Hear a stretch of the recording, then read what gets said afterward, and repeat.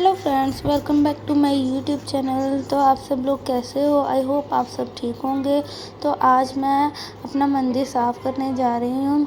इस 2-3 महीने हो गए थे मैंने मंदिर साफ़ नहीं किया था। तो आज एकादशी है, तो मैंने सोचा आज मंदिर साफ़ कर लिया जाए। और मैंने भगवान जी को पहनाने के लिए जो मैंने धो के रखे हुए थे भगवान जी के वस्त्र वो निकाले। उनके साथ मैचिंग की माला थी वो निकाली, और उनके साथ जो चुन्नी थी वो भी निकाली थी। वो अलग सारे निकाल के रख दिए। मुझे भगवान जी के कपड़े लेने का इतना शौक़ है ना, मैं इकट्ठे करती रहती हूँ कपड़े, एक्स्ट्रा भी ले आती हूँ कई बारी। तो मुझे बहुत शौक़ है भगवान जी के कपड़े लेने का। और साथ ही थोड़ा सामान भी लिया था मैंने मंदिर के लिए। एक मंदिर का एक पोचा भी नहीं था, पोचा लिया मैंने। मंदिर को पे बिछाने वाले मैट लिए मैंने, और 2-3 सामान और लिए। तो ऐसे ही मैंने माता की चुन्नी निकाली, जो मैंने उड़ानी थी वो निकाली चुन्नी। तो आप बताओ कि एकादशी पर खाटू श्याम जी के मंदिर कौन कौन जाता है? हम तो पक्का जाते हैं। और आज के दिन कहते हैं कि चावल नहीं खाते, तो हम चावल नहीं खाते। पहले हमने 2-3 बारी चावल बना लिए थे, पर जब से हमें पता लगा है कि चावल नहीं खाते तो हमने चावल बनाना बंद कर दिया है। और हम हर एकादशी को ना खाटू श्याम जी के मंदिर जाते हैं। और मेरा बेटा इतना दीवाना है ना खाटू श्याम जी का, वो वहाँ जाकर अकेला ही बैठ के अपनी मस्ती में खाटू श्याम जी को देखता रहता है, उनको निहारता रहता है। वो बहुत दीवाना है, और उसको ना राधे राधे भजन है ना वो बहुत अच्छा लगता है। तो मेरा बेटा भगवान जी को बहुत मानता है, अकेला बैठ के मंदिर में काफ़ी देर बैठा रहता है, खाटू श्याम जी के आगे उनको देखता रहता है। तो ऐसा है मेरा बेटा।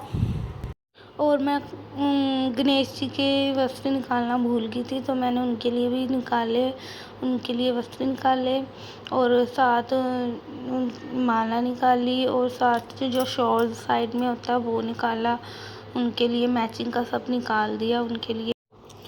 और इसके बाद मैंने जो वस्त्र पाए हुए थे ये धोने वाले सारे भगवान के कपड़े चेंज कर दिए एक एक करके। फिर मैंने कच्ची लस्सी ली हुई है, और उसमें मैं भगवान जी को स्नान करा दूँगी। और उसके बाद कच्ची लस्सी से स्नान करा के फिर साफ़ पानी में से भी स्नान करा के उनको अच्छे से साफ़ करके उनको नए वस्त्र जो मैंने निकाले हैं वो पहनाऊँगी। तो मुझे ना व्लॉग्स अभी मैंने बनाना शुरू किया है, तो अभी मुझे इतनी नॉलेज नहीं है बोलने की, व्लॉग बनाने की। तो इसलिए मैं काम करती हूँ, चलो मैं देखती हूँ थोड़ा यूट्यूब पे, मैं थोड़ा देख के थोड़ा सीख लेती हूँ और साथ ही बना लेती हूँ। पर थोड़ा सा एडिटिंग करने में और साथ बोलने में, वॉइस एडिट करने में थोड़ा सा डिफ़िकल्ट होता है, पर मैं ट्राई कर रही हूँ, कोशिश कर रही हूँ। तो मेरी वीडियो को अगर आपको अच्छी लगे, मेरी वीडियो को लाइक, शेयर और सब्सक्राइब ज़रूर करना।